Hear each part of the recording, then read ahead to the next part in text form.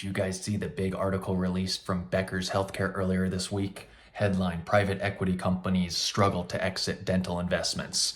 We'll peruse the article together and I'll link it down below. But historically, private equity groups want to be in their investments between 3 and 5 years. Anything over 5 years is technically a long hold. These private equity groups historically want to churn and burn these investments. In their term sheets, normally their investors have an exit date that is written in the term sheet, so they historically have to exit these investments based on whatever their operating agreements are from their investors. So the 5 notes in this article about private equity groups holding on to their dental portfolios longer than expected. The dental sector in the US and Canada is seeing the largest holding times compared to other healthcare sectors. The article mentions mental health, vision, primary care. Again, healthcare PE, normally 3 to 5 years. 37% of dental platforms have remained in private equity managers' portfolio for more than 5 years. That's a record. The challenges with investment exits are being compounded by the struggles with retaining physicians due to the changes in compensation structures after deals are made. I don't know what DSO is trying to mess with doctor comps, but I would not be signing up with that group, and that is not a good way to do business.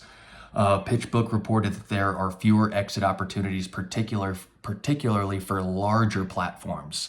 So your offices of your DSOs with 250 or more offices are starting to struggle. I'm not going to list the names, but there's definitely there's one in particular that has over 800 offices that has really struggled the last couple of years to raise more capital, and they're not finding any buyers that want to take on this investment. So they've been in limbo for about 3 years, and it's going to be interesting to see where they end up. But it has not been a good ride for them.